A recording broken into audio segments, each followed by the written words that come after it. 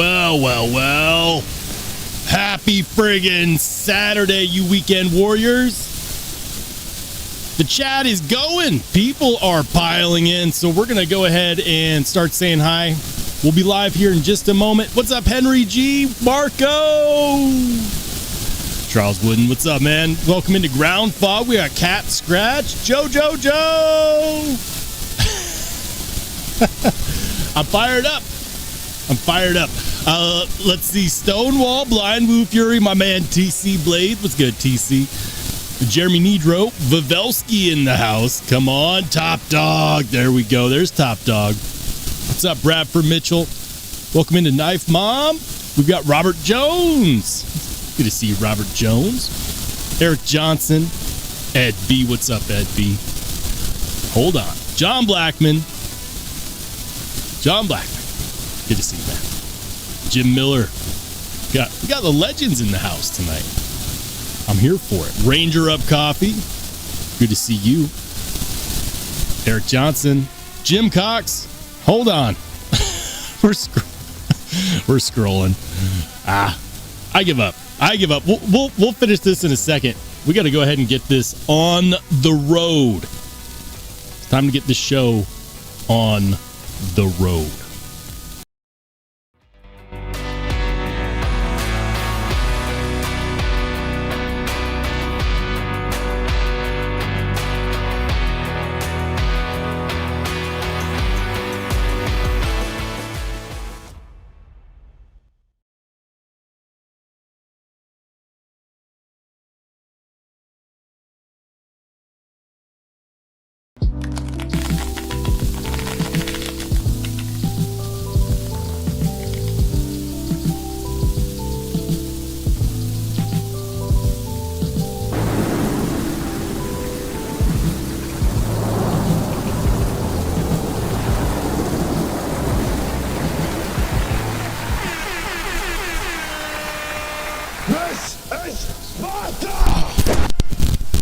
Wow, I didn't even have my mic next to me. What's going on?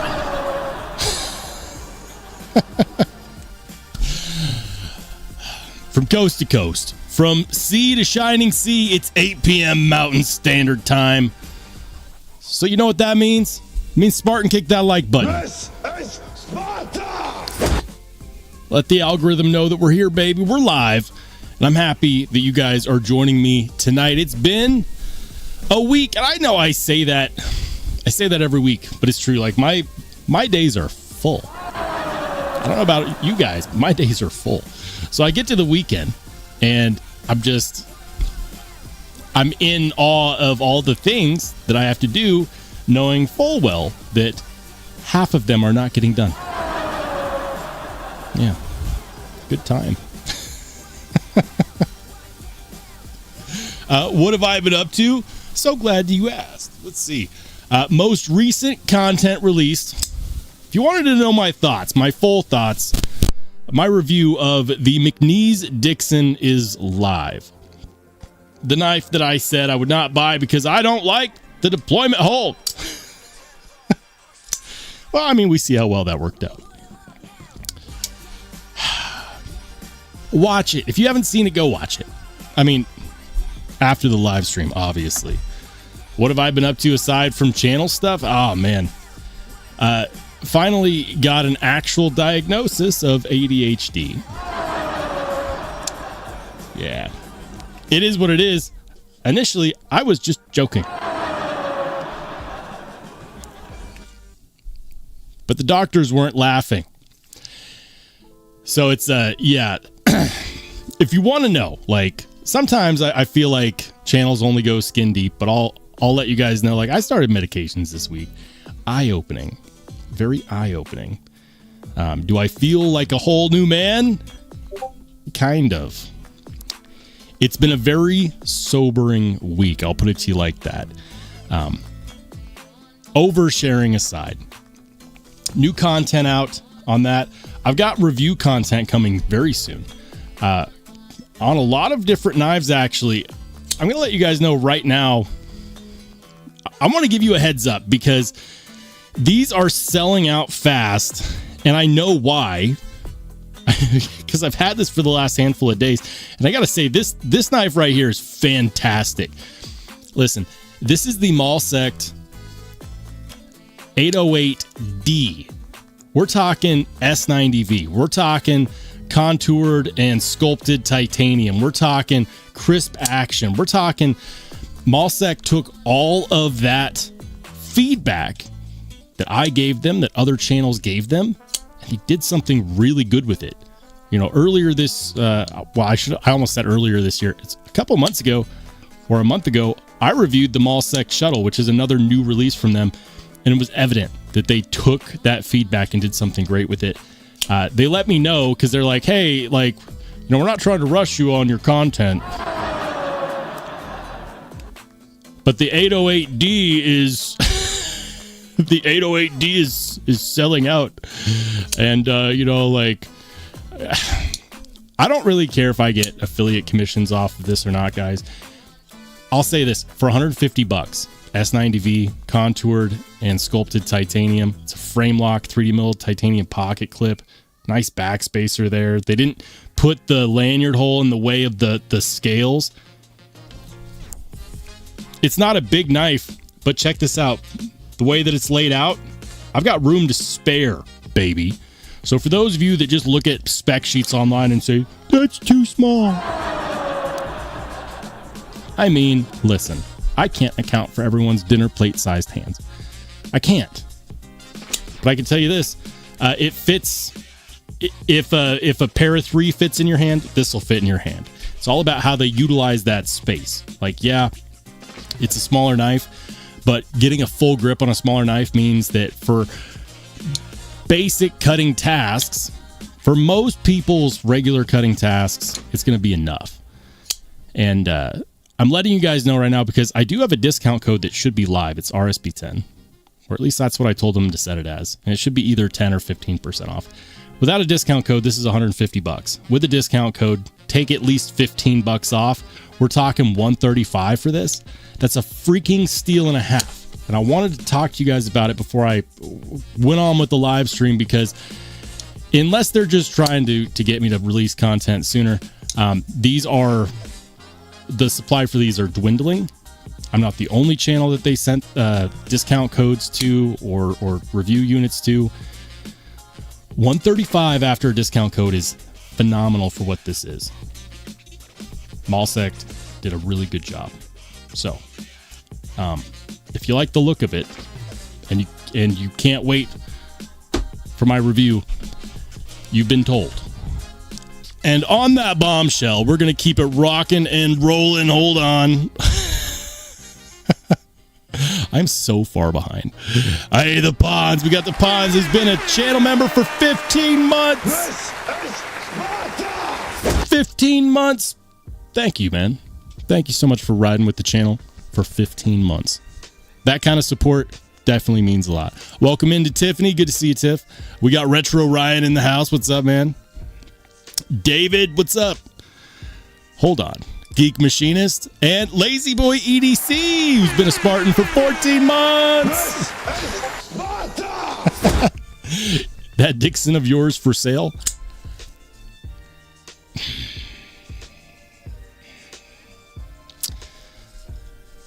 I don't think so. I've been waiting to get a good McNeese knife in the collection. Like, I saw something online earlier, like, let's go on an EDC ADHD tangent for a second.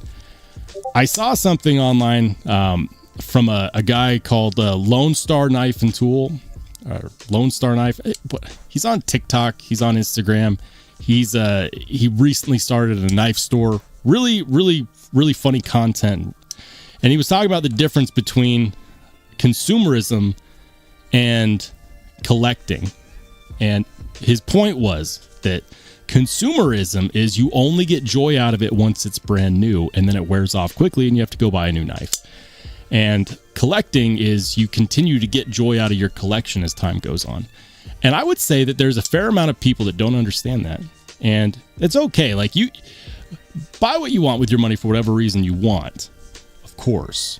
Would never dream of telling you what to do with your hard-earned dollars, but he makes a good point. And I would say that on some level, some purchases are consumerism purchases and some purchases are collector purchases.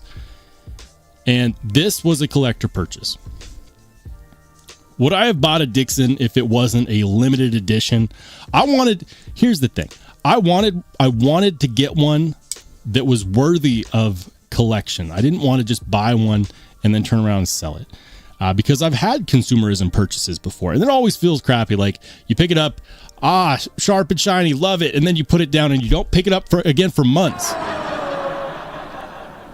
That's a consumerism purchase.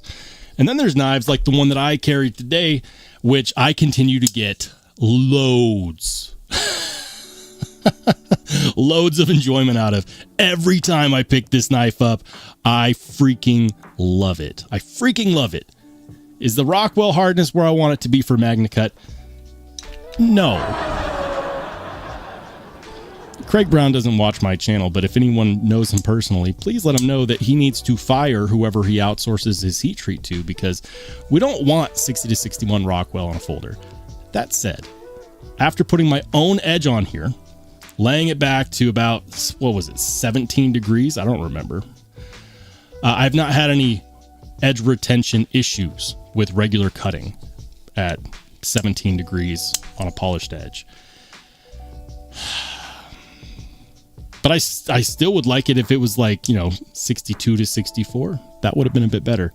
And it ends up that way because that's what his outsourced heat treat center, or whoever he sends it to do his heat treat, that's what they do it at.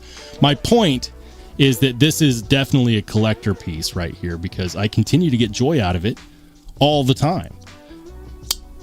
Can you put a price on joy? Asking the Oz Rosie enthusiasts out there. I'm not retarded, but I like rocks.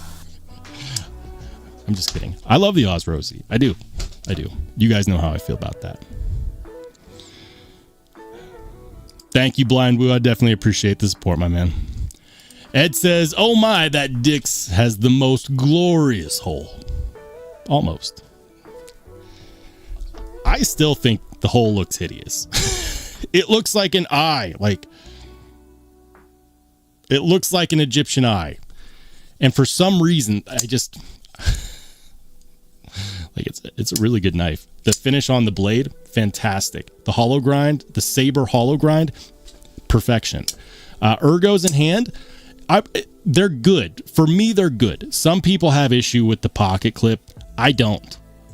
My only issue with the pocket clip is that it looks like a skinny tie on a fat guy. But we've established that maybe aesthetics design is not Jonathan McNee's thing. It's just my opinion. Love the knife. Amazing knife. And it's limited and it's hard to put down. I need to put this back in the drawer before I carry it again.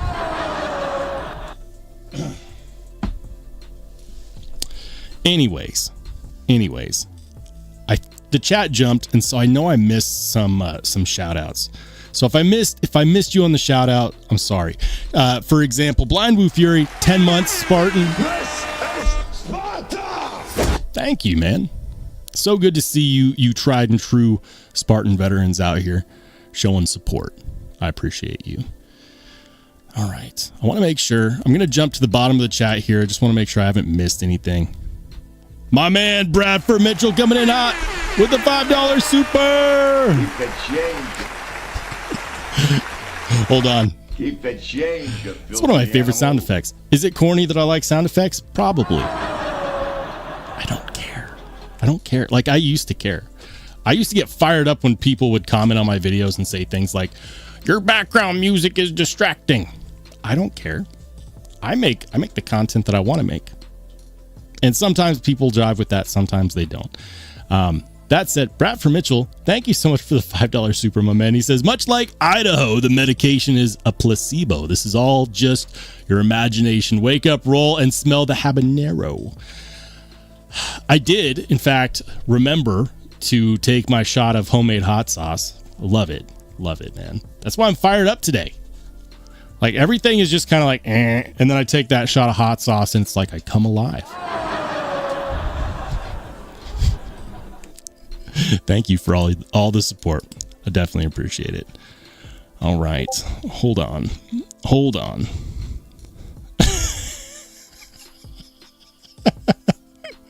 Some of these comments, if I read them out loud, there's a chance that YouTube might not like it.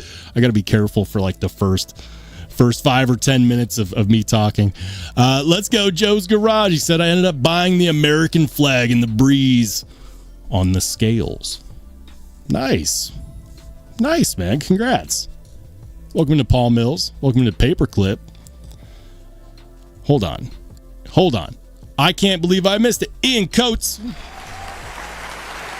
I'm not retarded, but I like rocks. And I like you. He says, I need to get the Aurora utility knife. I like that one. The Aurora knife and tool utility knife. Is it called like the Snarf? Could care less what it's called. It looks awesome. I'm one of the few people that stands up and says, EDC utility knife sold. I've learned I don't really need to justify why I like something, but I do enjoy it when people debate me on my opinion, because opinions are entirely subjective. But my opinion agrees with you. I definitely want to try that out.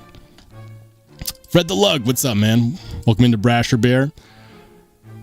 Hold on. I thought I caught up, but maybe I didn't. Ed says, why is an Egyptian eye a bad thing? Way more inspired than a drill bit hole. He probably would have used a drill bit hole if it wasn't a Spyderco trademark.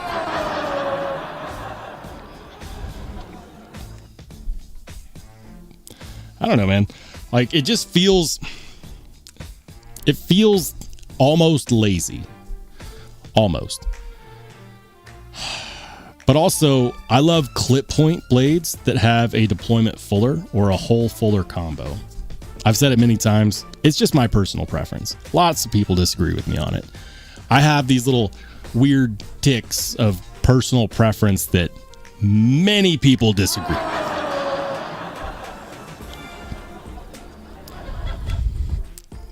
What's up, Sierra Rick? Good to see you, man. Ryan says, nothing cures ADHD better than hot sauce. Well, I mean, I love me some hot sauce, man. Ian says, I'm just happy Roll isn't in his O'Reilly's uniform. O'Reilly's uniform? What are you talking about? What are you talking about? I don't work at O'Reilly's. You talking about like button-up shirts or something? Do they have like a quarter zip polo, or I don't know. I'm an AutoZone guy. Okay? I'm an AutoZone guy. Says the hole actually looks okay with that milling, in my opinion. I mean, I get it, guys. I get it. It's one of my weird opinions that many people disagree with me about. I don't regret my purchase at all. Speaking of the theme for tonight's live stream, the theme for tonight's live stream is what's the last purchase of 2025? Have you already made it in concerns to your collection? Or are you falling victim to the massive amount of releases that have been happening over the last few days? Let me give you an example. I'm going to switch over to a screen share here. But for those of you in the Discord, you may have seen me share this guy. Not this guy. I know half of you don't care about utility knives. I'm talking about this guy, the Drift C. Yes, it was released. And yes, I know it says that it's available. But funny things happen if you go to click add to cart. Oh, no, it does let you add it. Okay. It's weird. On my phone, because like I like checking on the availability of things. Apparently, if you did this a million times to check availability, now it just tells you whoops. And that you can't add it or subtract it anymore. Anyways, this is the Drift C. Now, when the LCT was released, lots of people loved it. A lot of people also said it's not quite there for the price point because many people thought that the handle skills were too thick, or that the blade stock was too thick, or that the dimensions weren't there. Some people didn't like the deployment hole. Imagine that. People not buying a knife because of the deployment hole. Crazy. The Drift C fixes all of that. No deployment hole. Same classic drift shape. Smaller. It's the same size as the original Drift. But now with contoured scales, and for those of you who are like me, who absolutely hate spending $300+ on a knife that has a wire clip for a pocket clip, check that out. Same kind of pocket clip setup that we have on the Quiet Carry 9. Now, dollar for dollar, pound for pound, I don't know if there's a better production knife out there for the money than the Quiet Carry 9. I don't. Whenever I consider diminishing returns, Quiet Carry 9 is the litmus test. All I'm going to say is it's on the way. Many people believe the Oz Machine Company Roosevelt was designed with the Quiet Carry Drift in mind. The Quiet Carry Drift, the original, is a direct competitor style-wise to the Oz Machine Company Roosevelt. Now, are they completely different knives with completely different production and, completely different reasons to buy them if you're a collector? Absolutely. Oz is small batch. He does all of his stuff in-house. That's one of the reasons why everything is expensive. I mean, I'll be honest with you. I don't care where the hardware is made in this country. Like, you do stuff in-house. Cool. I'd much rather have a less expensive knife. And if this is what I think it is, this could be EDC perfection. It could be. Is it going to be better than the 9? Let's not be hasty. $350, made in Taiwan, knurled contoured handle scales, thinner blade stock. It is running on ceramic washers. Washers. That's what it says. It also says ceramic bearings. Which is it?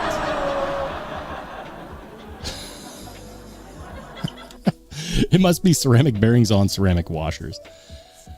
I don't know. I'm just reading from a spec sheet because it's not here yet, but it will be next week. Anyways, it does appear that these are still in stock. So, I know a bunch of people already ordered these. I get the feeling that Quiet Carry put in for a large inventory of these to make sure that the release was covered. Go and grab one. If you're a fan of Quiet Carry, if you're a fan of the Drift, I feel like this is a natural thing to add to your collection. I'm excited. Genuinely. That wasn't the only thing that released, though. For example, NC Blade has been getting knives from the likes of Grant and Gavin. Well, from the likes of Hawk Knives.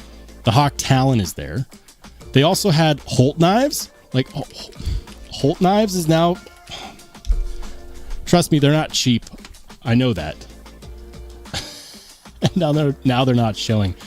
The Holt Renegade was released on NC Blade the other day, and there was plenty of opportunity for people to get them. They did eventually sell out, probably because they had a tiny inventory, but Holt Renegade. Yeah, these were released, and they're all gone now, but they were as low as like $1,000. And look at some of these models. Like the one that I thought was just freaking gorgeous was this guy. Again, I posted it on the Discord. Love that hammered. I love that hammered texture on the handle scales. And then you got the fine milling. Like, is that a mirror stone wash? I don't know. That looks fantastic. Freaking fantastic. Flipper only, but who cares?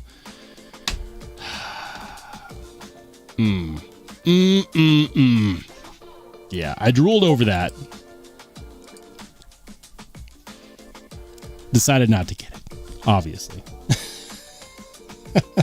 So, meanwhile, we've got that released. We've got the Quiet Carry Drift C that released. There was another release. What was it? Oh, yeah. Oh, and this one hurt. This one hurt because I wanted one so badly. But the option was either wait and hope that I could get in on the full track warning or get a Drift C and a Spyderco stovepipe. I've been waiting for a stovepipe for 2 years. Okay, like no more waiting.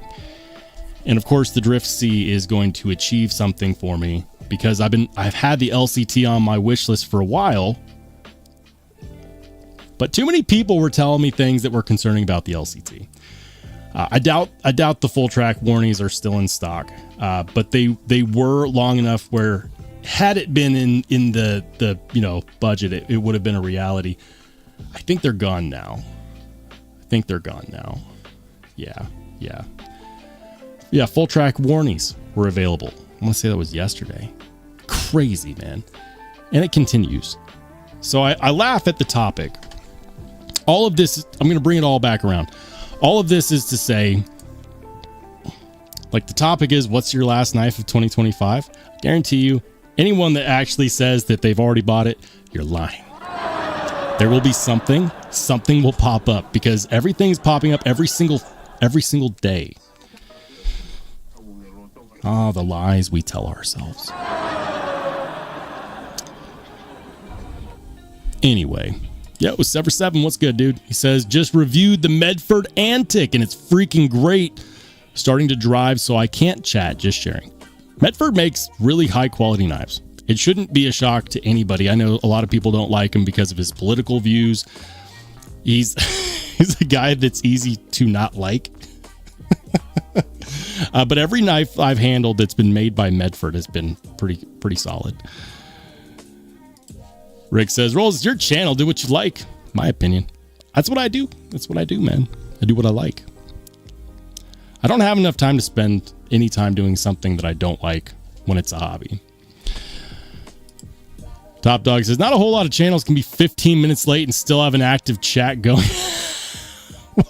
I wasn't late. I don't know what you're talking about. Just like Gandalf, I'm never late. I always arrive precisely when I intend. So that's on the Dixon. What are we talking about? I may have lost the track of the conversation. That'll happen.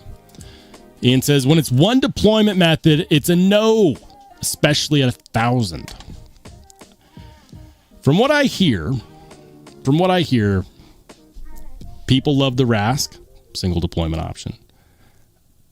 People love the Oz Rosie, single deployment option. It depends on what you consider to be a single deployment option, I guess. Because a lot of knives only have like a fuller or like a deployment hole or thumb studs. Like I would argue, Zahn, I know you love your Zahn, single deployment option. I guess if you're counting like the difference between a reverse flick and a thumb flick, okay, we'll allow it. My point is, I have some knives that are flipper only, and I'm okay with it as long as that deployment is, provides my brain with dopamine. An example of that is the Koenig mini Goblin. Like, that's just enjoyable. Do I wish that they had also done thumb studs on this? Sure. But that doesn't stop me from loving the fact that that is some of the best flipper tab action, period. Plus, you gotta support the local boys. Now that I'm back in Idaho, I'm gotta support the local boys. I like pretty potatoes. Gonna put that back in the drawer. Anyways, what's up, Larry? Says, I like value for money. I just ordered 2 Monterey Bay knives, the Rosalinda and the Old Guard, both in S90B. Congrats on the pickup, man. Ian says, I kind of want a Rick Hinder Harpoon Spanto XM18. I mean, you know what I want. I want a full track. The XM18 that I want, because I had one, but the one that I had was a 3-inch. And I realized that the 3-inch is too small with the flipper tab. Like, they need to do a flipper delete on the 3-inch. If they'd done a flipper delete on the 3-inch, it would have been perfect, ergo-wise. But the flipper tab kind of like lands your hand back. My point is, loved the XM18, realized that with the flipper tab, I need a bigger variant than the 3-inch. The one that I want is the non-flipper Bowie, and I believe they're actually available either at DLT or, let's see, flipper. I don't know. Yeah, no, I would definitely love to have another XM18 in the collection. I think the next one I go with has to be a non-flipper, though. Non-flipper Warney, non-flipper Bowie. Both of those are on the list. Jim says, I accidentally bought a Vero Nova Mini for my last knife of the year. Hand satin blade, Damascus clip. You just tripped, fell, and add to cart. I know you'll love it. Vero does good work. Good to see you, Rebel Rouser. How's it going, man? He says, what's up, Rollshambo? My last purchase as of right now is a Hawk Talon. Should be here Tuesday. Congrats, man. Congrats. That's exciting. I would lie if I said I wasn't tempted by one of those that's available. They're not that much more expensive at retailers than they are at table. It's like $100 difference. That's not that bad. Tricky says, I'm done spending, but the Hell Dorado should be here soon. Nice. Top Dog says, well, boys and girls, I gave it a good 25 minutes. Time to go play with some new toys. Hey, Top Dog, you take care, my friend. We'll catch you on the flip side. Ed says, $600 slab knives. Yum. Which ones? Blind Woo Fury says, opinion on the Koenig Xenon. Here's my opinion. I did not try for the initial release for one very specific reason. I don't trust very many first gen anythings.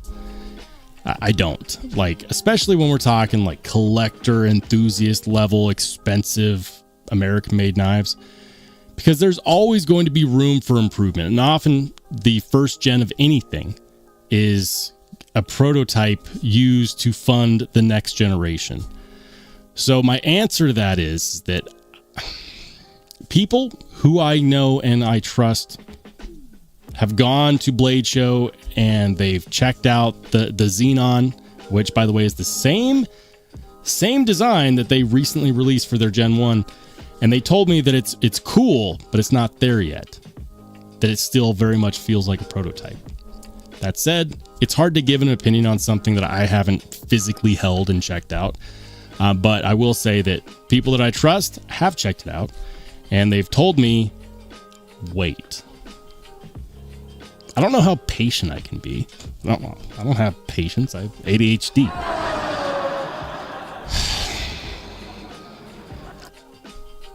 But I can't wait to try one. And I'm interested if anyone in the chat has one from the initial release. Did anyone hit on the initial release? Let me know. But for me, Gen 1, it's going to be a pass. I'll wait for Gen 2. Like, how many generations of the Arius are there? How many generations of the Mini Arius are there? How many, there's more than one generation of the Koenig Mini Goblin. Like, that's my point. I'm waiting for the next gen because it's guaranteed to be better than Gen 1. Rapper Mitchell says, as of now, my last knife purchase of the year is a Skiff Asylum. Very nice. After spending that much, I do not see much in the coffers for anything else. That's fair. That's fair, dude. That's definitely a grail purchase, and for that, This is Sparta! I'll give you a Spartan salute, my friend. Congrats on that pickup. That's fantastic. Nick Sick, what's good, dude? He says DLT had Battle Black and Stonewash non-flipper buoys. Yeah. Every time I see them, I have to temper myself because I want one.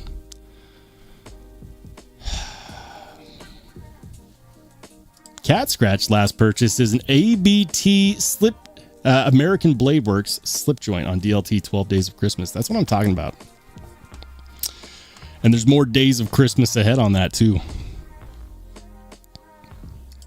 What's up, Sean? It says Rick Hinder needs more flipper delete in general. 3.5-inch skinny harpoon span, so it'd be perfect.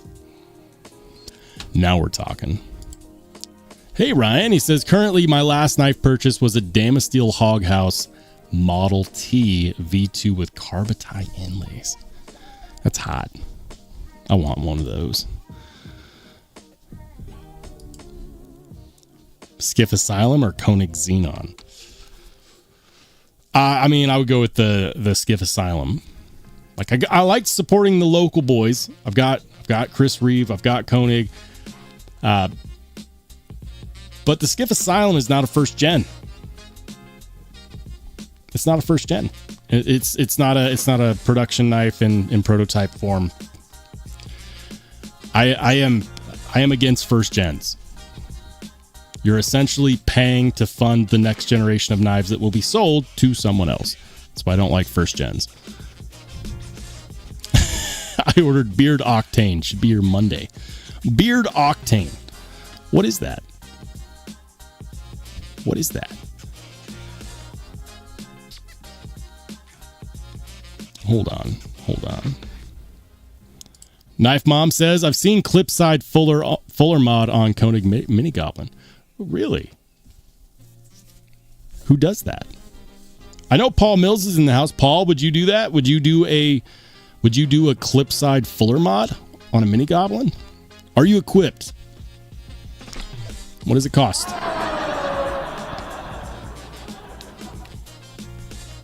Let me know. Yeah, welcome into Rome, Roman M. Good to see you, man.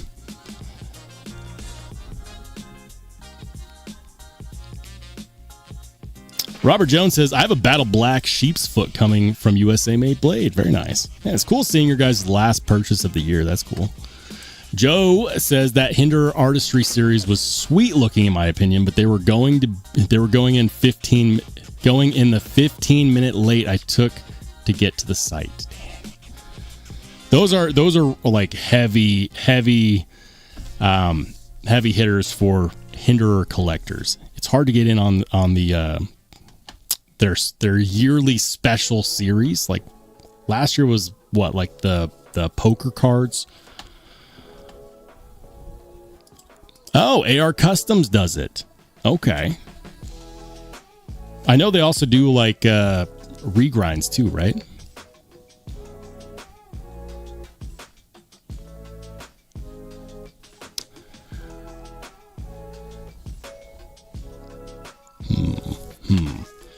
All right, guys. So for those of you just coming in, what did I carry today? Carried this guy. This is the Cortex XL. Love it. Absolutely freaking love it.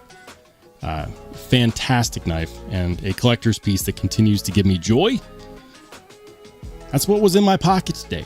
I didn't carry more than one knife. I didn't need to. This is all I needed for my daily dose of dopamine and cutting tasks. What was in your pocket? Let me know in the chat, or better yet, if you're in the Only Spartans Discord, we're about to head over there to see what the channel members carried today. 3, 2, 1, go. All right, so we're starting off with Nick T. He had a purple Saturday, Sparrow Strix, and a Poikilo Anolis. Man, I love the way that Poikilo did that crystal tie. Crystal tie can vary in like the size of the titanium crystals.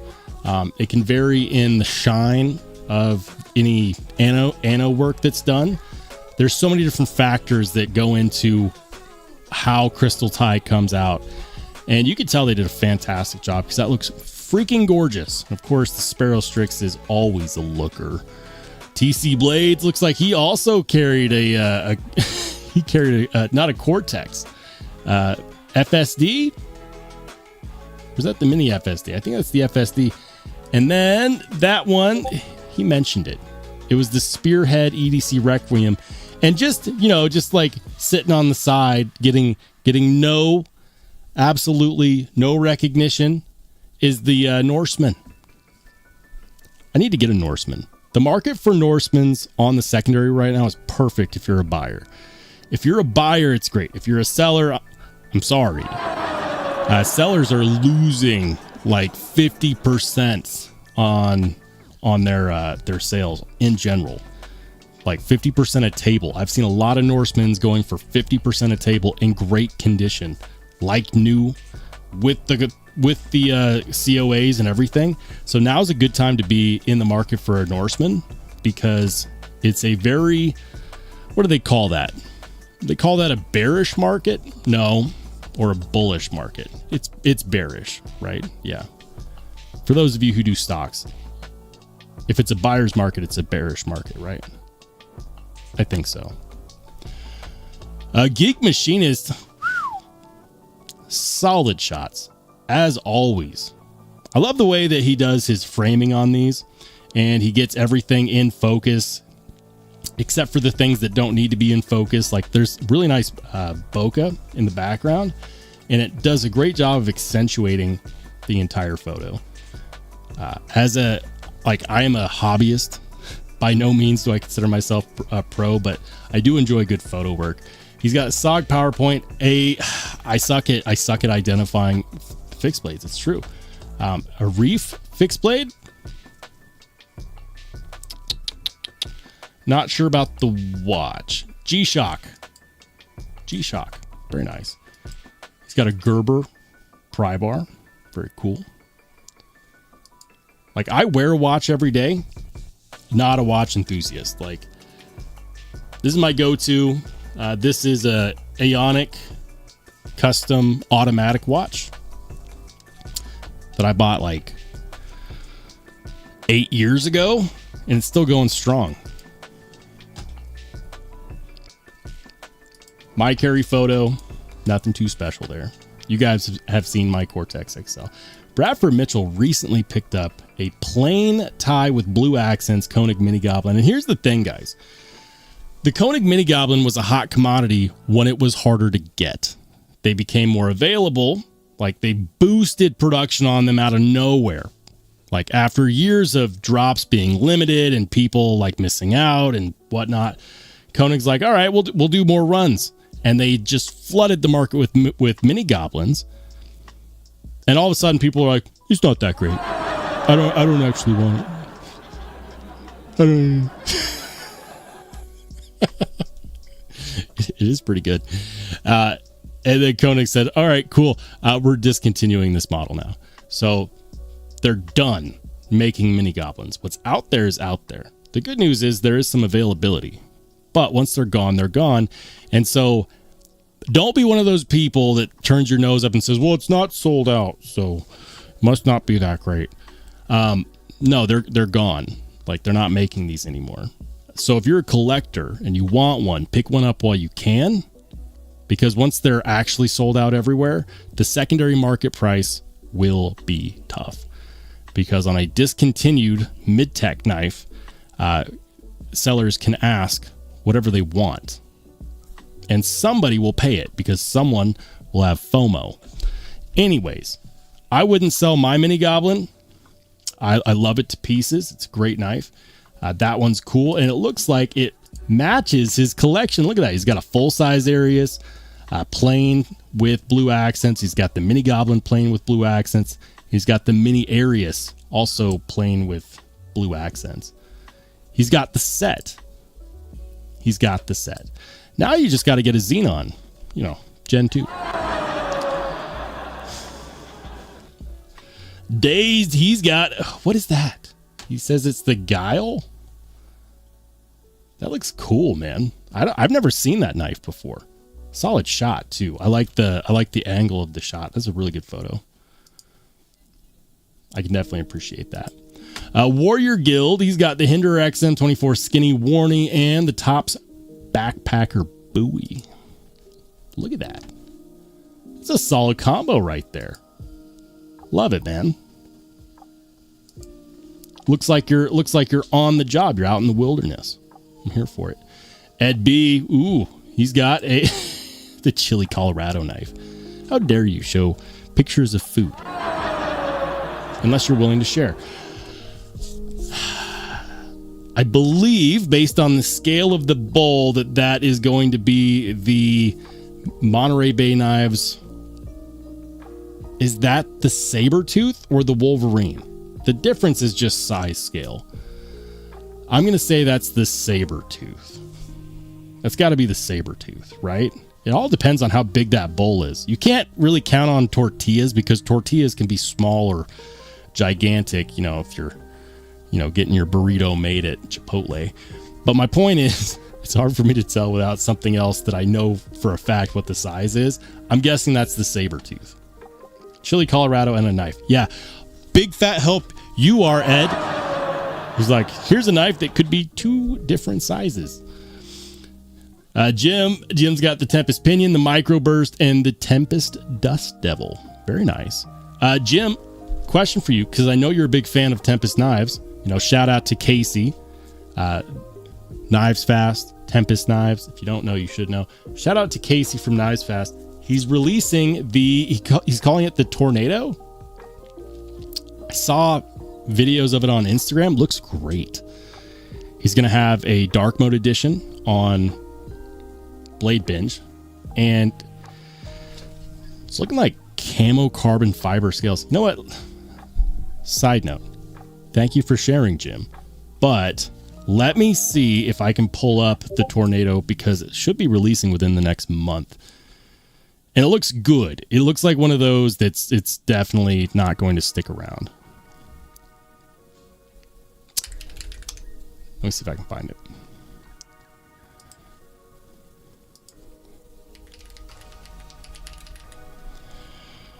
Hold on. Your regular programming will be back shortly.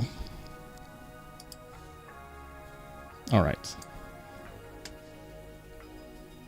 Well, if this is the 80s camo carbon version of the Tempest Tornado, Looks also good. known as the 80-mile-an-hour swirl. This will be available only at traditionalpocketknives.com on January 15th. Our first collaboration between Tempest and TPK. Very cool. There you have it. The swirly. I'm just kidding. The Tornado looks great. This has got to be my favorite. This has got to be my favorite Tempest design to date. Period. I'm positive Kubi is the OEM, which means that you know that their heat treat is going to be good. They've got good milling on camo carbon fiber, which is fantastic. Is the OEM in China? Absolutely. But most of the revenue that is generated from making these and then selling these stays here in the States. And that's what I really like about that. Same story with Devo knives, which is another big reason why I support Devo knives. But these look good, guys, man. One more dealer exclusive to show off. This is the 80s camo carbon version. 80s camo carbon. That's going to be traditional pocket knives, right? Yeah. And he's got others. He's got others like this one. Wait, that's the same one. This is the dark mode. Dark mode looks banging. This is a Firestorm. That looks like a flamed Altai with the dark stonewash. That looks good. What else? What else? Purple Vortex. Not the biggest fan of that one specifically. The one that I really liked was this one. Coming in January, the Tornado. This would be my preference out of all the ones we've looked at. I also wouldn't mind the 80s camo carbon. I just thought I'd give you guys the heads up. It's coming in January. I'm not sure if it's going to be a drop or a pre-order. I really hope that it's going to be a drop. I really hope that it's going to be a drop because that looks fantastic.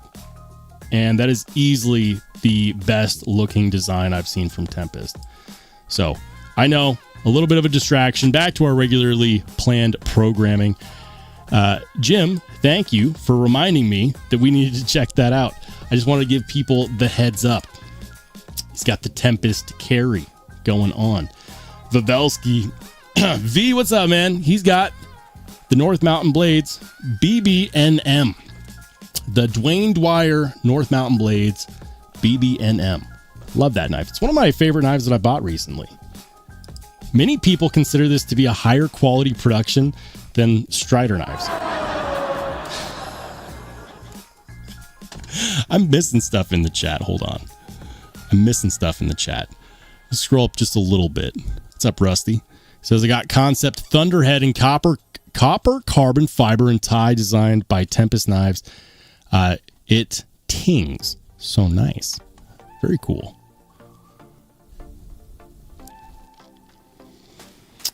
All right, hold on. Welcome into I'm on the Edge. Good to see you, brother. Yep, confirmed Kubi is the OEM. I knew it. And there's nothing wrong with that. Kubi does an amazing job on their cryo vacuum treat, so you always get higher Rockwell hardnesses, which is great for people who care about edge retention, which is actually most people.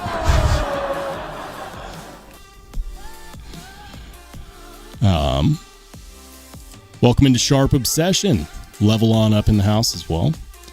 On the Edge, thank you for the $5 super. Keep the change, you filthy animals. He says, running on empty pretty much until after first of the year, but I do what I can. Good to see you. Thank you, man. Thank you so much for the support. And I totally understand what you're talking about. My last 2 purchases have wiped me out for 2025. We're done. We're sticking a fork in it. We're calling it. I mean, luckily some companies still send me stuff, so I've got reviews coming up. This one, for those of you who missed it, Malsect 808D. If you're wondering if I think it's a great knife and worth it, yes. S90V, contoured, sculpted tie, backspacer. They fixed all of the fit and finish issues that I have with their first gen stuff. $150 RSB 10 is 10% off. So $135 for S90V and really well done titanium. Yeah. They tell me those are selling soon, so I'm just letting people know ahead of time. Anyways. Firestorm one looks hot. I'm not really big on flame tie. I'll be honest. Like it doesn't do much. Like the flaming, like when they do the tiger stripe with the torch, it's not. I liked flame tie when there's less control and you get more of a raw result. A good example of this is, and this isn't a good example of this because it's on steel, but like Medford's Vulcan finish, that's awesome, man, because you never know what you're going to get. It's completely unique. But on production knives from China with flame tie, it's like they all use the same torch to do it. It's the same pattern. It's identical to every other single flamed tie version. There's nothing unique about it. That's why I'm not really a big fan of flame tie in general as a finish. Like, I don't hate it. Let me be clear. I don't hate flame tie, but I don't seek it out, and it will never be my top choice. B Shady, what's up, man? He says, still prefer the spear point on the microjet. Really? Good to know. Jeremy Nidro, he says, hope everyone has a great night and have to work in the morning. No sweat, Jeremy. Have a great rest of your night, man. Cicero, he says that clip is going to poke holes in a pocket or 3. What? We're not talking about the clip on the North Mountain Blade BB&M, right? Are we talking about the one on the Tempest Tornado? This one? No. No way. That clip looks tame.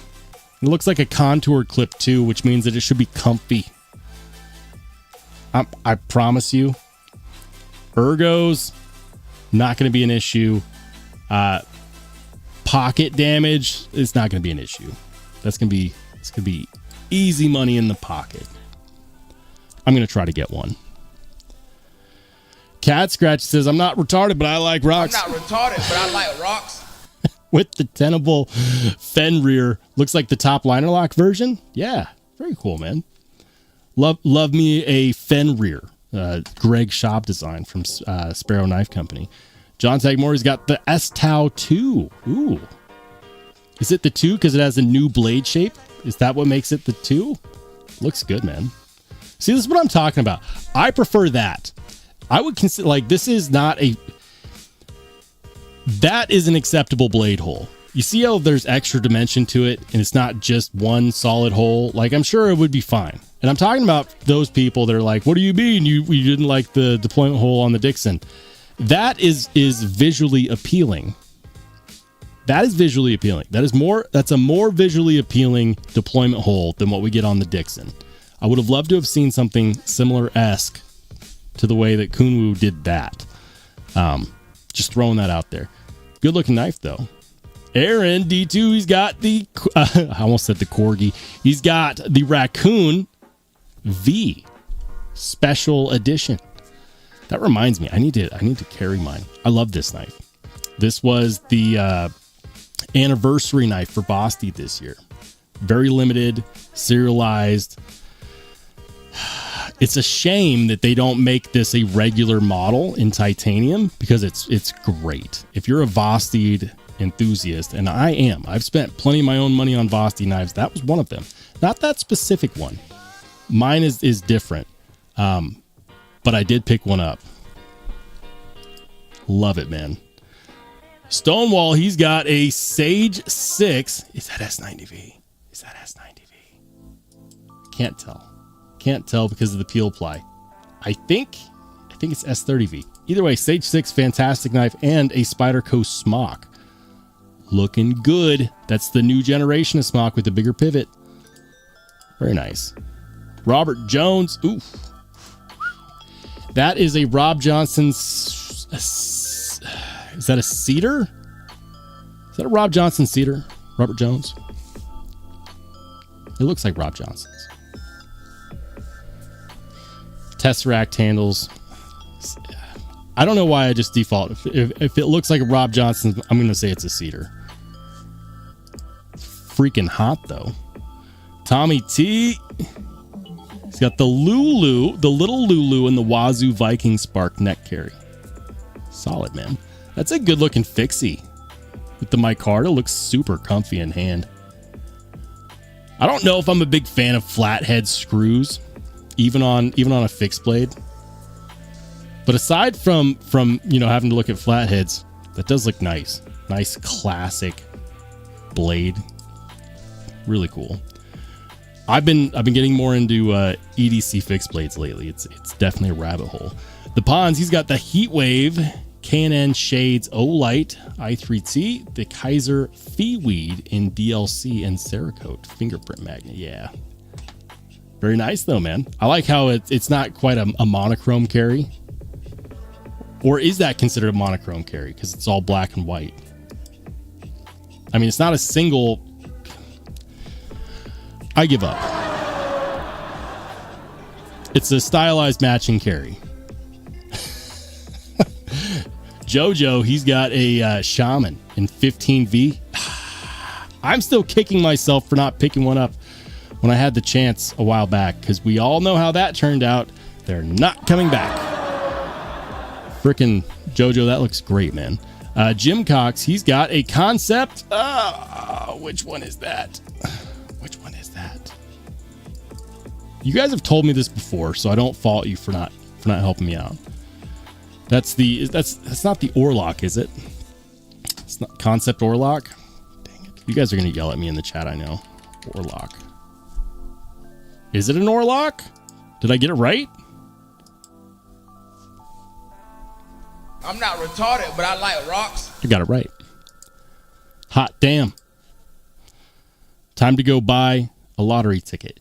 Big Jim's got, very nice. He's got the Shaman scales from Barclay CNC on a Shaman, and the lightweight Para 3 kit from Barclay on a Para 3. Ooh. All right, guys. So I am glad that you shared this, Jim. I'm very glad that you shared this, and I'm going to mention why. And guys, I know I haven't been in on the chat. Before I go any further, however, I just peeked over and saw that Jim Miller has been a channel member for 29 months. I mean, is it any surprise Jim's an EDC Mac daddy? We know this. Jim, thank you so much for supporting the channel, for riding with the channel for so long, for being here since before I could even have channel members. I think it's funny because it says 29 months on the screen, but we both know that you've been here since I've had like 400 subs. So special shout out and thank you to Jim for always supporting the channel, for believing in the vision. Appreciate you, my friend. He says Tornado Drop is January 15th. Thank you. It's good to know the info. Sierra Rick says, Rolls got a banger 8010 Tanto and S35. Great user. My last knife this year. The question marks lead me to believe that that is not the case. If you don't know, I'm not confident. Anything could happen.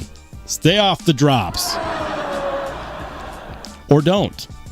I won't tell you what to spend your money on. That sounds awesome, though, man. Congrats on the 8010. That's really cool. While we have Barclay CNC on the screen, I'm going to kill the music for a second because I got an update for you guys. Barclay, I mentioned this as kind of a live stream exclusive bit of information. Barclay CNC is easily one of my favorite, if not my favorite, American knife scale makers for Spydercos. Period. Now, for the longest time, my only critique has really been, I'd love to see more of your scales for more models. Well, they answered the call. They're coming out with a Manix 2 scale kit. Big whoop, you say. There's other companies that do Manix 2 scales for the Spyderco Manix 2. Move on with life. Here's the deal. What he told me initially that really got me interested, I'm talking about Barclay CNC. They're the maker of the scales that are on the screen. What got me interested was initially when he talked to me, he said, the goal is to have one scale kit that fits both the lightweight and the regular. That is not easy to do. It's really not easy to do. Like, for example, Original Goat, they sell a conversion kit, right? But no, like this would be a kit that fits both. That's so cool. Like, how often have you looked at scales? Like, if you're someone that has modified or changed out the scales on your Spyderco, like I've run into this where I look and I see a scale kit for my Spyderco and I love it. But the problem is that it's for the other version. It's for like the lightweight and I have the G10. Or it's for the G10 version and I have the lightweight. So when he came to me with this, I got really excited. He's going to have me test out some of the first releases for this. And I'm really excited about it because I'm going to get another Manix 2. Well, he reached out today and he's like, would you like your scales for the lightweight or for the G10? And I asked him, I said, well, what's the issue? Like, I thought it was supposed to fit both. Apparently, there's a supply chain issue where they might have to switch some stuff around because he's not sure if people are okay with button head screws for the pivot. And this is actually a perfect example of it. So, in my opinion, I'm gonna poll the live stream here, guys. And I told him I was gonna do this because he wants feedback. In my opinion, I don't care if it's domed like this. So, like, this is an example of a domed pivot screw. I'm not a fan of domed screws on the pocket clip because they can affect how easily it goes in and out of the pocket. But on a pivot, I don't really think it makes much of a difference, if any difference. Like, it adds a little bit of dimension, fine. I think it would be far more important, far better for the consumer to have the advantage of being able to use it on either the G10 or the lightweight. If the sacrifice is a button-headed pivot screw to make it happen due to supply chain issues on flat pivot screws, I'd say so be it. Personally, I would much rather have the ability to swap back to like put it on either the lightweight or the G10 than to have to come up with like two different variants, basically with the difference being a flat or a button-headed pivot. Now, I do have some opinions that people don't agree with. So I'm going to put a poll in the chat because he asked for feedback, and I know that you guys like Barclay CNC like I do. So I'm going to put a poll in the chat. Would you rather have a single Manix 2 scale kit that fits all, or two separate kits? This is a long poll question. Or two separate kits with flat topped pivot. Damn, it's too long. It's too long. It's too long. I'll shorten it. I'll shorten it to does button-headed pivot screws bother you? Yes, no, and if you really don't care, you can say, I like rocks, because I'm not retarded, but I like rocks. it's in the chat. You have the context for this now. One scale kit means that covers both models, both the G10 and the lightweight Manix 2, would probably end up with a button-headed pivot screw.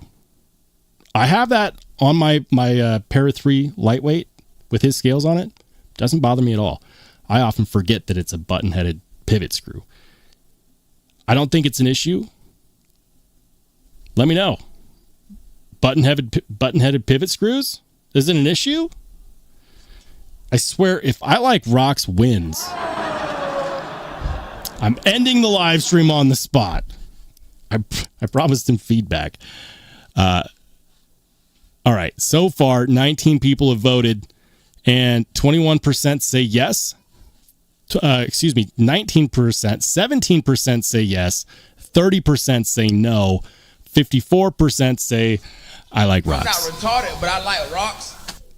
You guys are killing me.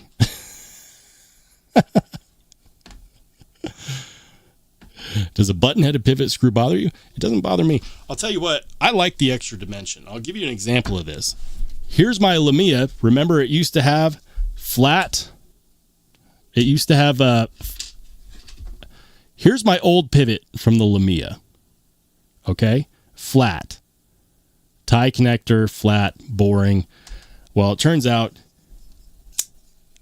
SPK does give you the dimensions. And look at that.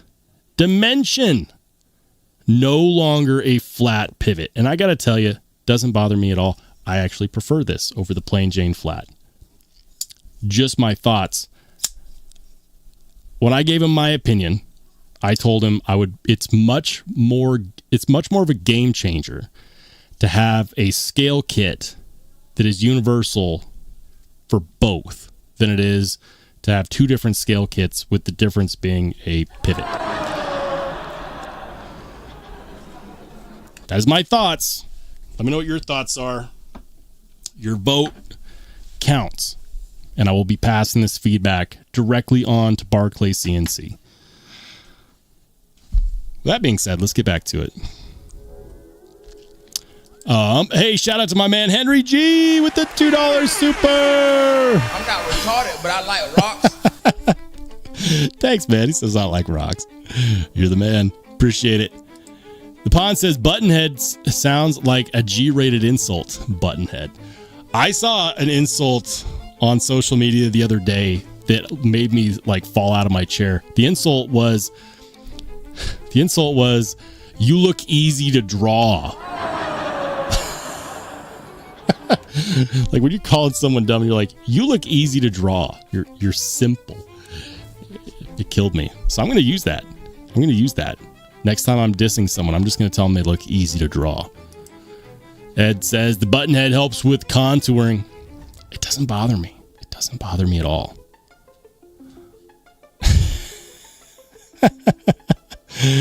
Brasher Bear says, I prefer flat over bubble, but not a deal breaker. I don't really see it as an issue. Like, I don't think I've ever looked at a conversion scale kit and been like, you know what? If it's not flat top pivot screws, I'm not buying it. It's far more important, in my opinion, to make the kit interchangeable for both models, because that is fixing a problem that currently exists, right? Currently, you have to choose. Do I go with scales do I buy a lightweight and like the mods that are available for the lightweight? That's what I can get. If you're someone that likes to replace the parts. So in my opinion, it's far more game changing to just make it universal for both. Anyways, we're going to keep going with the pocket check. Jim, thank you for giving me the opportunity to talk about that. Blind Woo Fury's got the Winter Blade Factor. Is that a batch 2 or batch 3? I think that's a batch 2. I think.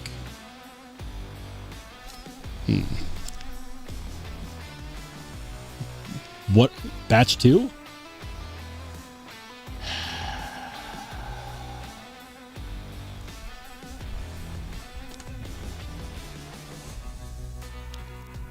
Hey, I'm on the edge with the $2 super.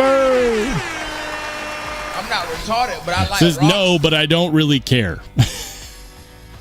That's fair. That's fair.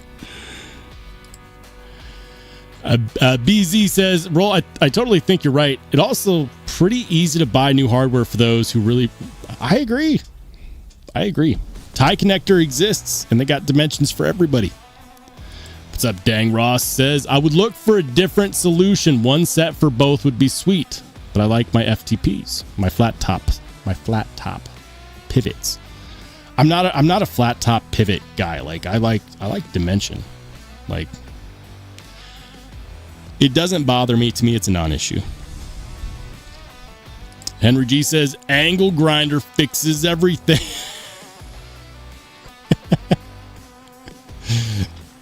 You know, you're not entirely wrong. Trying to figure out how to sound out Brashear beer. I always call him Brasher Bear. Brashear beer. Damn it. Brashear beer. So it makes sense. It works several ways. I can't talk. Eric Johnson says, I feel like it would be based off the knife itself. It's more noticeable or more subtle depending upon the knife and the skills. Manix 2. It's going to be a kit for the Manix 2. But there's a supply chain issue for pivot screws or for hardware that's making it so it might not be like, if it has to be flat top, we might have two different sets of scales, which would still be cool. Like, don't get me wrong, Barclay scales are awesome, and I would still love to check out if he went the other way too. But I think that it's a game changer to make a set that is compatible with both. Like, that would be absolutely killer. Bras here beer. Brazzer beer? Brazzer beer. Feel free to use Bras here beer. Bras here beer. Or do you mean brass here beer?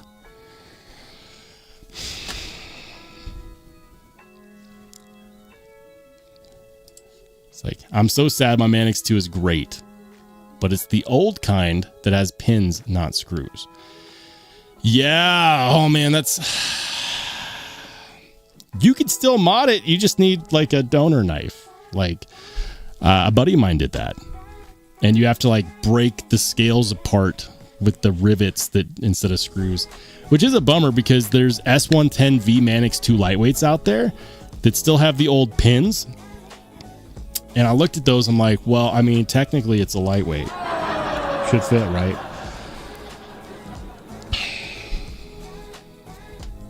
Oh, and Spyderco sold out of the 15V lightweights. So I'm stuck with these FRN scales forever. It's not the worst thing in the world. You're not actually stuck with them forever. What you need is a donor knife.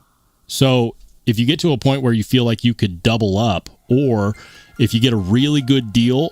So here's what I would do. If you don't want to be stuck with them forever, you kind of have to figure out how much money you're willing to throw at the problem, right?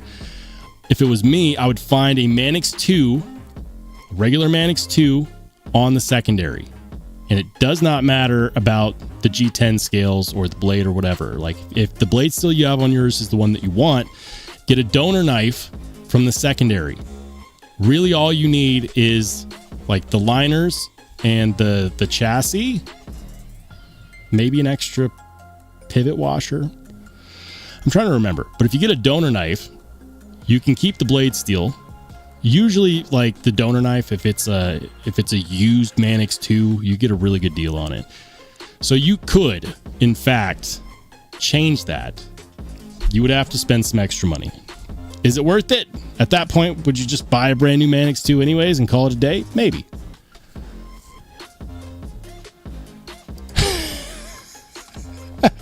Yes, we do.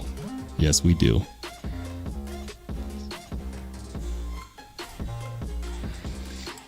All right. I'm getting back to the pocket check. I'm sorry. I got off topic really quickly. That looks like an Apple Watch. That's a QSP. It's the QSP Unicorn. I have one of these. Why do I keep forgetting the name of this? I have one. I don't think it's the unicorn. I don't think it's the unicorn. The unicorn might be a button lock. QSP unicorn. No. That's the unicorn. Yeah, that's the button lock. QSP glide lock.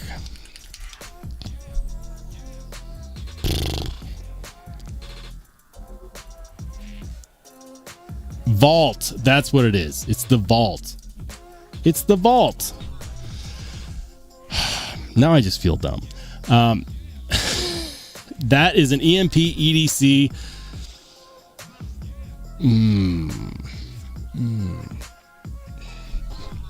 I have failed. And the part that makes me feel dumb is I've actually reviewed one of those. DNK Knives lent me one. We're going to move on. Sever 7's got the Mundus Penitentia. Sweet. That is crazy talk, man. That is absolutely bananas knife design right there. Let's go. Carrying the Spyderco Para 3 in camo S45. Solid choice. Solid choice. I like it, man. Level on up's got the Devo Mash V1. An oldie but goodie. Fred the Lug, he's got a Sharknivco Mini Goblin. That's the custom, not the Koenig. Look at that. Look at it. Look at it. Look at it. People say it feels like a completely different knife design, and I understand why. It doesn't take away from how much I like the Koenig Mini Goblin, but we can't really call it the same knife. Like the Koenig Mini Goblin took inspiration from this one, right? But they're not the same design. People that have handled both tell me that they feel completely different. It says, just got back from Marielle and Edison, completely upgraded to the newest version of the Sharknivco Mini Goblin. Very nice, man. That's Eddie Barajas, or Edison Barajas. Edison and Mariella. The husband and wife team that run Sharknivco. Hold on. Nick T with the $10 super. Nick says, better late than never. Merry Christmas. Thank you, Nick. So generous, man. I definitely appreciate all of the support.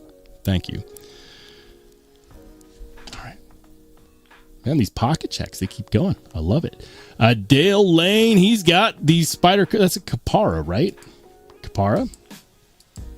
S90V, isn't it? That's the Knife Center exclusive in S90V, I think. And not to be outdone is the Spyderco Shaman, also an S90V. Very nice. Level on up. He's got a new Factor. That's a batch 4. It's got to be. Right? I think it's a batch 4. Love it. Absolutely love it. All right. You guys have some awesome carries in there. And you've got some awesome last purchases of the year, too. Cheers to you.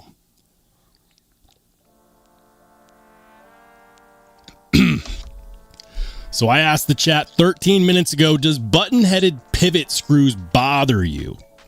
I asked for Barclay CNC because he wants to know if he should have 2 different sets so that everyone can have flat top pivots, or just go with button top pivots, and there's one scale set that fits both. I told him it's a non-issue. He asked for feedback. You guys are giving me that feedback. 46 votes as of 14 minutes ago.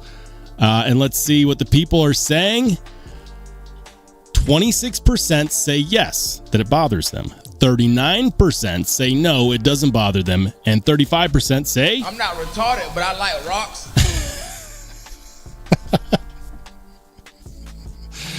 I'm so glad I added that sound effect. Rebel Rouser says, Rollshambo, best knife, $800 to $1,400 range, not including the Hawk Talon or the Machine Wise Mojave. Ooh.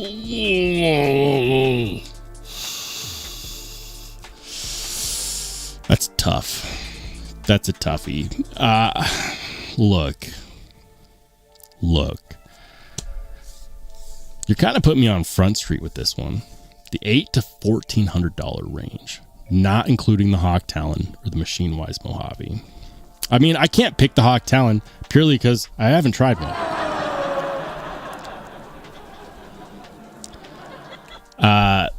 In the $800 to $1,400 range, I would have picked the Mojave, but you're telling me that I can't. So if we're talking in that price range, let's assume, you know what? Let me see here.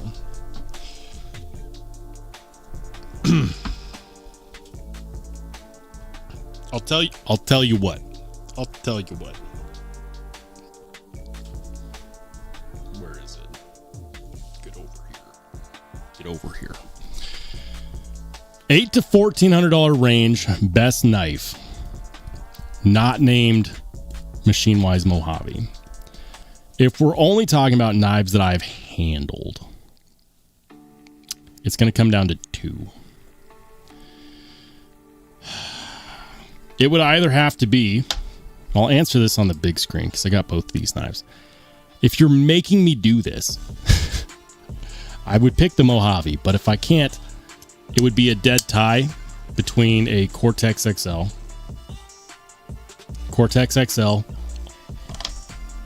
or an SPK Lamia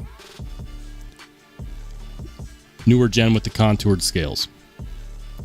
I can't begin to express how much joy I've gotten out of this Lamia, especially after I polished the blade. But Alex Steingraber, as grumpy as he is, turns out he makes a damn good knife.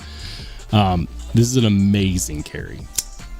I've done several videos on the Cortex XL. I've only had two that included this one. Don't mind my fingerprints, you know, and don't take pictures of this either. I know you guys are zooming in like we're going to plant Roll's prints at the crime scene. Don't do that. Don't do that. I don't want to go to jail, but it would be a dead tie for me in that price range. And it's, yes, these are on the lower end of that price range, which is still expensive. But I've got a slab style option for those of you who love pure engineering design work and a mid-tech that truly toes the line between mid-tech and custom. Like this only barely qualifies as a mid-tech knife. You guys realize that? Like this is mostly a custom knife. From the tuning to the special feature that allows you to change the lockup and the detent strength. Insanity. To the inset lock. He does all of his hardware in-house. He sends it out for heat treat. This is one of those few knives that has a softer than regular heat treat that that does not bother me, purely because I love this knife so much. This one is also an amazing knife. If you ask me to choose between these two, I'd probably just punch you in the face. I mean, not really. I'm not violent. But what I'm saying is, it would be a dead tie between these two: SPK Lamia or Craig Brown Cortex XL. Yeah, love it. And if you're not limiting my choices, Machine Wise Mojave, easily. I guess I just gave away my top three knives, but I'm gonna put these away before I hurt myself. Yeah.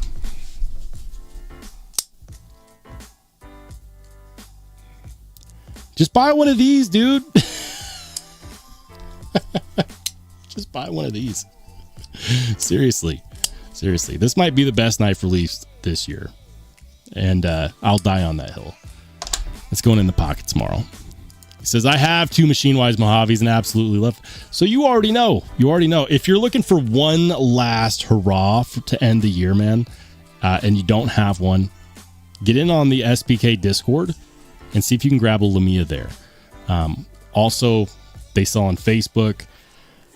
The best way to get an SPK anything is by joining the Discord or by joining the Facebook group.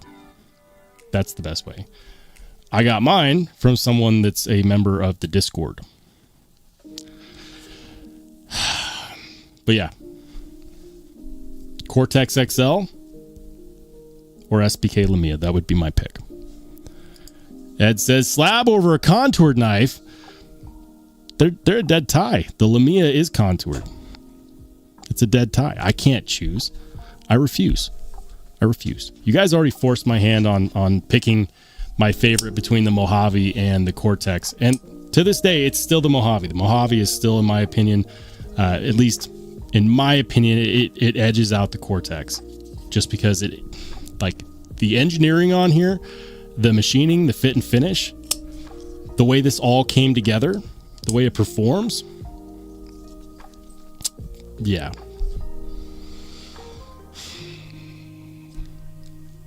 Plus, it's machinist proof number 28. Hold on. Roman M with the $9.99. Rome, thank you so much, man. He says, I've been very naughty this holiday season. Very naughty. Oh, you bad boy. What did you do, Rome? What did you do? You can confess. This is a safe place. I mean, we don't exactly have padded walls. Actually, I do. You can't see it because the camera isn't pointing at it, but I actually do have padded walls in here, but they're soundproofing. So I've got half a wall of soundproofing here and half a wall of soundproofing here and half a wall of soundproofing there. So when I said I don't have padded walls, I was lying. But it's for soundproofing.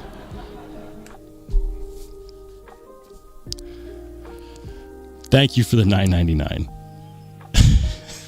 I've been a very naughty boy this holiday season, he says. I'm really curious now. You can't just leave me hanging now. What did you do? I need to know. Nick T, thank you for being a channel member for 16 months. It says Skiff, Hog House, or Herman. I mean, it's a highly subjective thing to talk about. Dollar for dollar. Like, for example, when someone gives me a price range in that range, okay, and I'm thinking better, like I'm thinking better for me. My use case is that I don't own any knives I wouldn't carry at some point or use. Everything that I own, I must be willing to use as well. That's a rule that I impose on myself. I don't have any safe queens. I have some knives that don't get used much and some knives that look pristine, that look like they've never done anything, but I wouldn't buy anything that I wouldn't cut with, right? And so when I think about it, the diminishing returns after, for example, $400 is insane. I was talking about the Quiet Carry 9, like dollar for dollar, $400. The Quiet Carry 9 is going to have perfect machining. It's going to have perfect ergonomics. It's going to have, amazing edge geometry. It's going to have a good heat treat. It's going to have, beautiful, like this is my example though. So the diminishing returns, like the Skiff, the Hog House, or the Herman, number one, I don't own any of those. I don't own any Hermans or Hog Houses or Skiffs yet. So it would be kind of arrogant for me to be like, no, one of those is the better knife. I mean, you could put in the Holt Renegade or the Holt Haptic or the Utzler Duckling. Like now, if we're talking about what knife would I want the most in that price range right now that I don't already own, Utzler Duckling or Utzler Duck or Duckling with the Dragon Scale milling on those handle scales.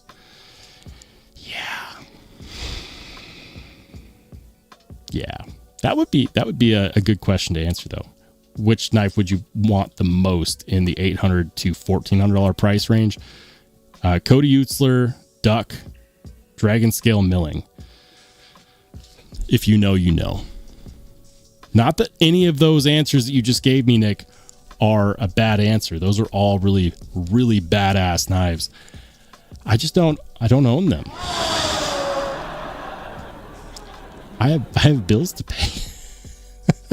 Thank you, by the way, for being a channel member for 16 months. Thank you for all the support. I definitely appreciate it, Nick. Says, Roll, do you review fixed blades? I have, in fact, reviewed fixed blades. I have one that I need to actually finish making. It's for the Spyderco Mule Team and Magnamax. I did a cut test video. I took a ton of cut test footage. That one, the Mule Team and Magnamax is fantastic. I want more knives made in Magnamax. Magnamax is amazing. Can't wait for it to reach the mainstream. Did one on the custom Mini Diamondback, which is a fixed blade from RS Knife Works. Did one on the Axial Alpine V2. Did one on the Transparent Knives Doodle. I've done less expensive fixed blades from like Tenable and Vosteed. They are a very small amount of my library, but I have in fact reviewed fixed blades. I am not the biggest fixed blade guy, but that is changing. Fixed blades are like, especially EDC fixed blades, are becoming a rabbit hole of mine. There's something that I find exceedingly interesting about them. Their small batch nature, the fact that you can find these really cool fixed blade makers like on Instagram, and they don't have a website. They just announce when they release something and you send them a message and say, yeah, I'd like to buy that. Like, that's really freaking cool to me. That's really cool. Like, it's almost like grassroots knife making, and I'm here for it. So yeah, I do. Are there going to be more coming? More fixed blade reviews? Absolutely. I don't just fall down the rabbit hole. I trip, stumble, and then nosedive in that sucker, and I never get out. So, like, for example, modifying knives, never climbed out of that rabbit hole. Folding knives in general, never climbed out of that rabbit hole. It's really interesting when you talk about rabbit holes, because especially being recently diagnosed with ADHD, what I found is that people with ADHD, apparently, they pick up hobbies and they drop them because as soon as the dopamine stops being produced with that hobby, it's really easy to turn away. And I never realized why I picked up and dropped hobbies so frequently, but that was the reason why. Because at some point my brain just started saying, nope, no more dopamine for this. That hasn't happened with knives. It's because there's so many really cool facets of EDC. It's not just useful. There's also design elements. There's steel elements. There's science behind it. And it's always changing and getting better. And that's something that I find to be incredible. And I continue to find new things every single day that bring me joy in the hobby. So that's a long answer to a very short question. Do I review fixed blades? Yes. Do I have many of them? No. Are there going to be more fixed blade reviews coming in the future? Abso-freaking-lutely. There we go. Gavco Custom. Ooh, in that price range, that would be pretty good. BZ says, any suggestions for good micarta scales for a PM2?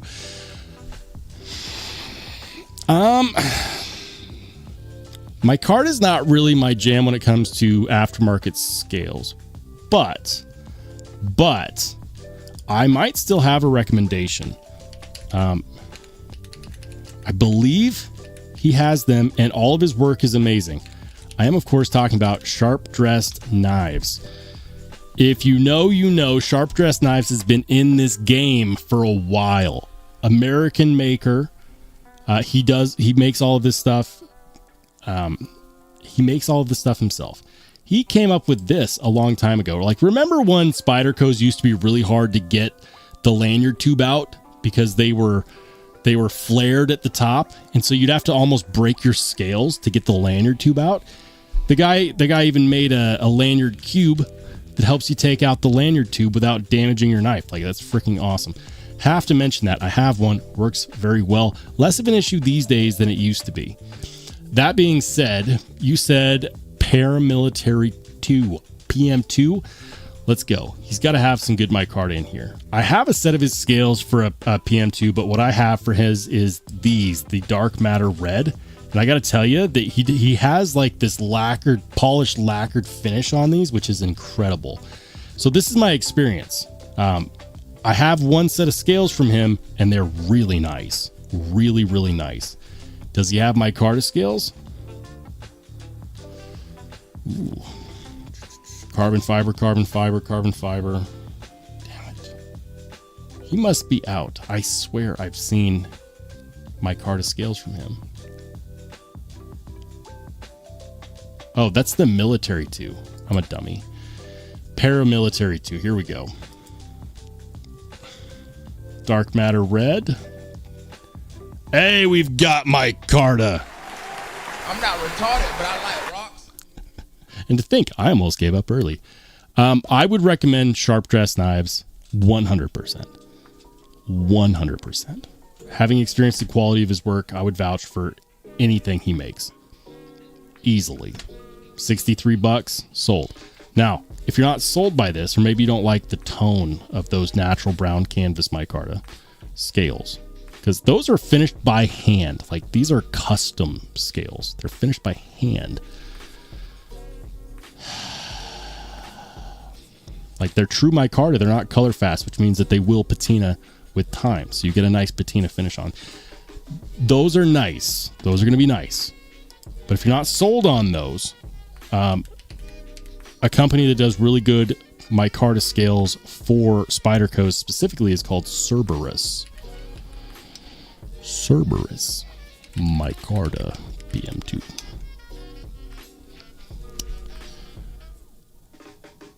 Cerberus knives, scales. Here we go. Here we go. For the shaman, black canvas worker prototypes. Pair of 3 skinny. Where's the paramilitary 2? Where's the paramilitary 2? Sold out. Sold out. Damn it.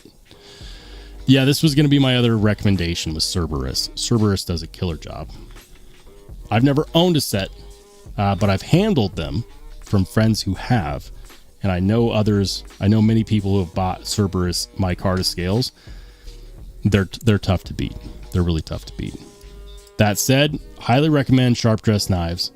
Great guy that runs it. He does fantastic hand finishing work. I don't buy micarta scales for my knives because if I'm going to spend the money upgrading it, I want it to be a true upgrade. I don't feel like micarta is a true upgrade from G10. I don't feel like aluminum is a good upgrade from G10. Is aluminum a good upgrade from FRN? Yes. But from G10? No. So typically I shoot for either carbon fiber scales or titanium. I just like them more. So I'm not like an authority on micarta scales, but if I was going to recommend, I would recommend either Cerberus, and sometimes you can find them at different retailers. They do sell to retailers. I think NC Blade has gotten some of their stuff. I think DLT has gotten some of their stuff. So you might be able to find some Cerberus scales for your paramilitary 2 on one of those retail sites. And then, of course, we just checked them out, Sharp Dress Knives. Paul Mills says, I've got a bunch of knives I'd like to have hollow reground by Transparent Knives. Too bad I can only afford to do one right now. I need to have Brian from Transparent Knives do a regrind on one of my knives. I'm trying to figure out which one. Maybe I haven't bought it yet.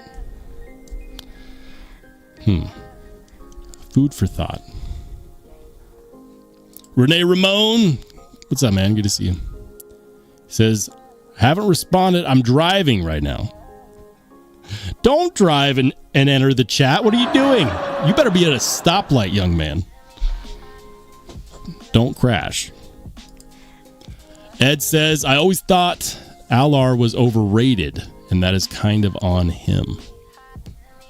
Alar.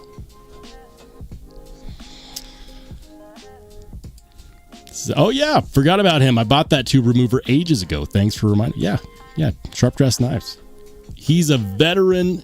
He's a professional. He's a good guy. Like, sold out. Sad, but I'll definitely check out those Sharp Dress Knives scales because those look great. Yeah, he does a good job. He really does. What's up, Rob? Rob's Dirty Knives in the house. Good to see you, brother. He says, did anyone get the Microtech MSI Mini, Bestech Taipan, or Zorn? I got none of those. Those are all really cool knives. I'm looking for the non-proof run Microtech MSI Mini. I'm waiting. Okay, I'm waiting. Because right now, Microtech has released the Marfione Custom, which looks very, very suspiciously like a rebranded version of what's going to be their production knife, with Tony Marfione's signature on it. And I know that's most likely not the case, that like there is custom work done to it or whatever. I can't shake it, right? So that one's like, what, $1,500, $2,000? That's a no. Then they released the proof run. Now, I like Microtech. I do. I would even go as far as to say that I am a fan of sorts, right? Like, I love my Stitch. I've tried out many of their knives, love their OTFs. They're the OTF litmus test for many companies. All of this is to say, I know they're going to release an aluminum handle skilled mini MSI. It's going to be like $250. That's going to be the one I'm going to buy. I'm not buying their proof run anything. I refuse. I'm not at the collector level of delusion for that, where I want to spend an extra $200. But I know they're going to come out with the full regular MSI Mini. That's going to be the one I'll buy. Also, I mentioned this earlier in the live stream. I don't do first gens. I don't. Because there's always issues. And think about it. Microtech Stitch, Ramlock, first gen, issues. Microtech MSI, Ramlock, first gen, issues.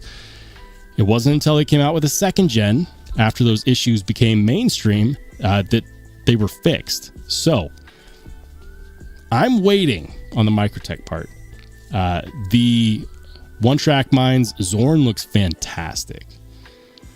Would not mind checking that one out. Haven't bought it. Bestech Taipan also looks really cool. Haven't bought it. I did get the Quiet Carry Drift C and the Stovepipe. Those are both in transit. But that's why I don't have any of the ones that you mentioned.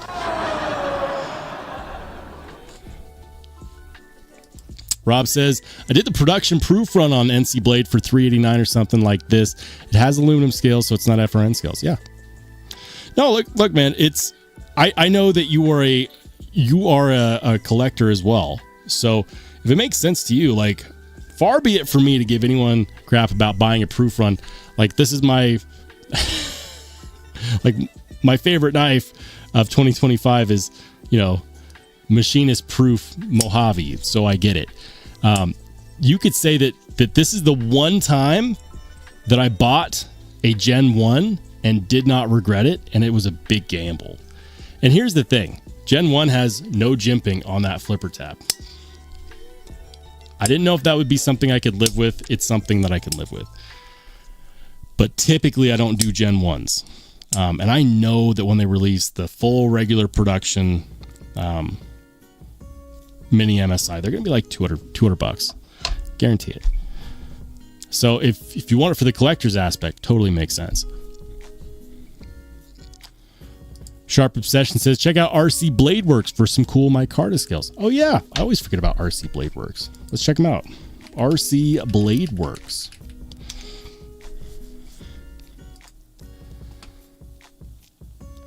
Oh, those are pretty cool. Micarta with inlay. Scales are not OEM. All scales are not OEM. They're made by RC Blade Works. Really? Nice.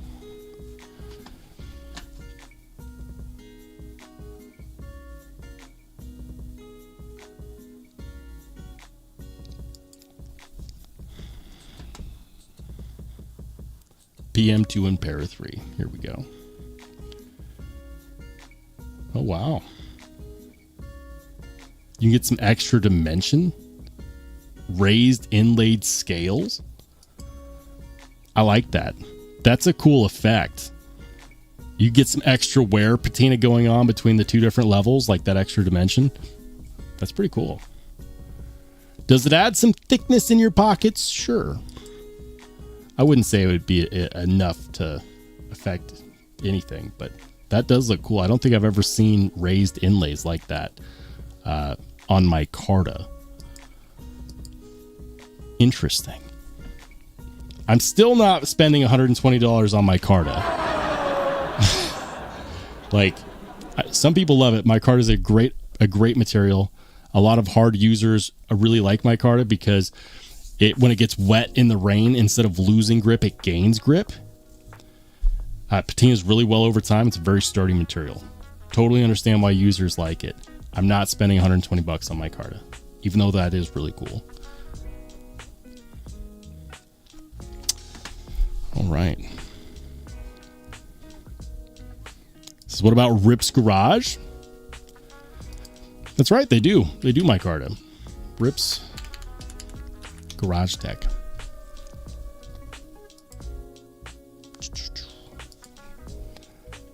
PM2 micarta. Since we're giving out options for this, we might as well. Spyderco Paramilitary 2 micarta. $59, $60. Flag micarta, that's interesting. That is really interesting.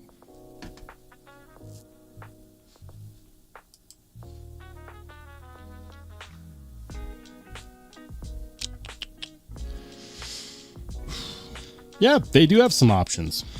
How good are those? I have no idea. The only scales I've bought from Rip's Garage Tech have always been titanium, but I've always liked their quality. I always feel like you get a really high quality for what you pay with Rip's Garage Tech. So chances are these are probably no different. This is a linen micarta. You can also get it in canvas micarta.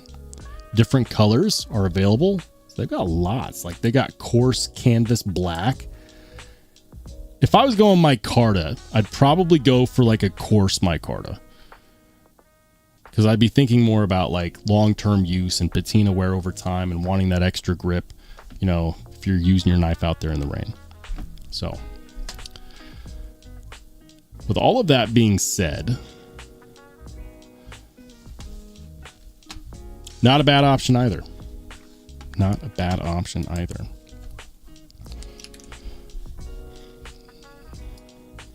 All right.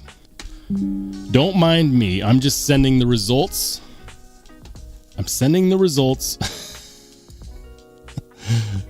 I'm sending the results of the poll. I polled the live stream for Barclay CNC because they wanted to know, would people really not like button-headed pivot screws if it was the difference of being able to have one scale set that fits both lightweight and G10 Manix 2s. I told them it's a non-issue, but I'd ask for your guys' feedback. So to all 59 of you who participated in offering that feedback, thank you. What's interesting is he's going to look at the results and he's going to say, wow, 27% said it does bother them. 37% said it didn't. And 36% almost won the vote with... I'm not retarded, but I like rocks. You guys kill me, man. You kill me. I'm going to send these poll results his way. I'm telling you, it's a non-issue. It's a non-issue. But I promised him some feedback, so thank you to you guys for doing that. Hold on.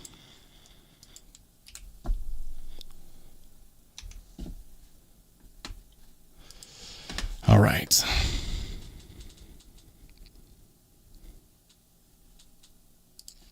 BZ says, yeah, the reason I love micarta is the texture is so good. I don't like smooth scales nearly as much. Yeah. I mean, I like micarta. I like micarta about as much as I like G10. And there's plenty of G10 knives that I like. And there's plenty of micarta knives that I like. I do prefer textured carbon fiber over micarta, just as a personal preference. If we're talking like money being no issue, give me texturized carbon fiber or texturized titanium. Those are my two preferences. My two favorite scale materials are carbon fiber and titanium, mostly because you can't really get zirconium scales. I mean, Mettenboss made them, and Mettenboss is leaving us, so that option's leaving. All right, guys, I am going to go ahead and call it because I'm fading fast. I wanted to say thank you to each and every one of you who has followed the channel this year, who has watched the videos, who has donated to the channel. Thank you. Whether you're a subscriber or a channel member, even the haters. That's right. I know haters don't watch my live streams, but if you do, I love you too. Guys, have an absolutely fantastic rest of your weekend. The next live stream will be Wednesday at 8 p.m. Mountain, which is 10 p.m. Eastern, which is 9 p.m. Central, which is 7 p.m. Pacific. Or if you're here in Idaho, 8 p.m. Mountain. Have a great rest of your weekend, everybody. We'll see you on the flip side.